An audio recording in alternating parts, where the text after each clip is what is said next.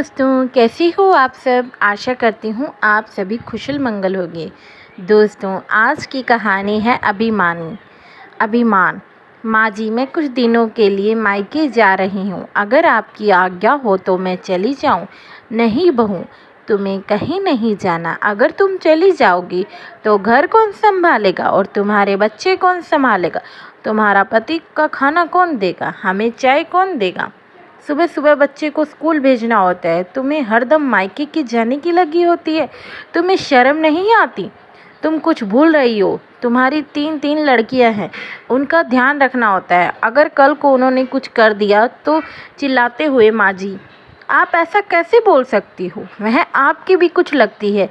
आप भूल रही हो, वह आपकी पोती है। वह आपको बहुत प्यार करती है। माना कि मेरी 3 लड़कियां हैं और 2 लड़के, लेकिन आपको हमेशा मेरे 2 लड़के ही प्यारे लगते हैं, लड़कियां नहीं।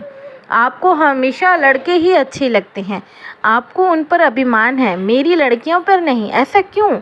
आखिर इनमें कमी क्या है? बहू, तुम्हें कमी नहीं दिखती होगी, मुझे बहुत कमी दिखती है। आजकल की बेटियां चकमा देकर भाग जाती है।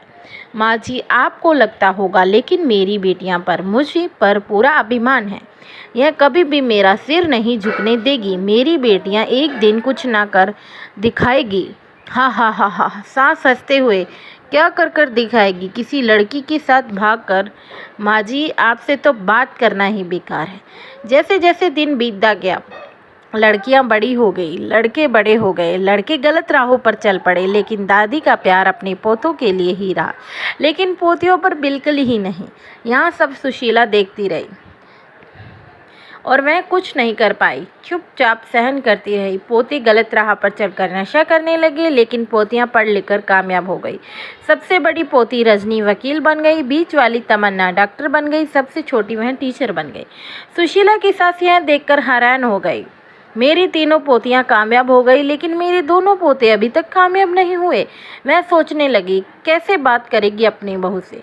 जो अभिमान था वो सच है। वह अपनी बहू और पोती से कहती है, मुझे माफ़ कर दो बहू और बेटी, मैंने तुम पर बहुत बड़ा इल्ज़ाम लगाया, पर तुम्हारी माँ को हमेशा अपनी बेटी पर अभिमान है। आज तुम्हारी माँ ने वह बात साबित कर दी, लेकिन मैं हर वक्त यही सोचती थी कि बेटी ही वंश को आगे बढ़ाता है, बेटा ही। अगर बेटियां कामयाब हो तो वह भी वंश को बढ़ा सकती है। मैं पुराने ख्याल में रहने वाली हमेशा तुम्हारी माँ को नीचा दिखाती थी कि मेरे पोते कामयाब हो गए, तुम्हारी बेटियां भाग जाएगी, लेकिन आज तुम्हारी माँ ने मुझे गलत साबित कर दिया।